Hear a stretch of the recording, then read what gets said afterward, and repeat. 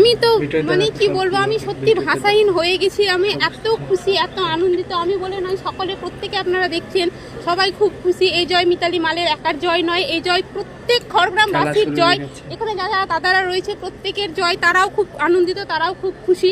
আর আমরা এই জয় আমাদের হওয়ারই ছিল, কারণ এটা আমরা জানতাম, কারণ এই লড়াই ছিল আমাদের অন্যায়ের বিরুদ্ধে লড়াই। যে লড়াই, অন্যায়ের বিরুদ্ধে যারা লড়াই করে, যারা তাদের জয় নিশ্চিত হয়, এটা আমরা সকলেই জানি। আর 66 খড়গ্রামবাসী এতদিন থেকে যেসব জিনিস থেকে বঞ্চিত ছিল, বা তারা যে অপশাসনের দ্বারা তারা পরিচালিত হচ্ছিল প্রতিনিয়ত, ঠিক আছে, তারা তাদের বিরুদ্ধে সেই সব অপশাসনের বিরুদ্ধে তারা রুখে দাঁড়িয়েছে, তারা প্রতিবাদ জানিয়েছে, তারা পরিবর্তন চেয়েছিল এবং তারাই পরিবর্তন করেছে।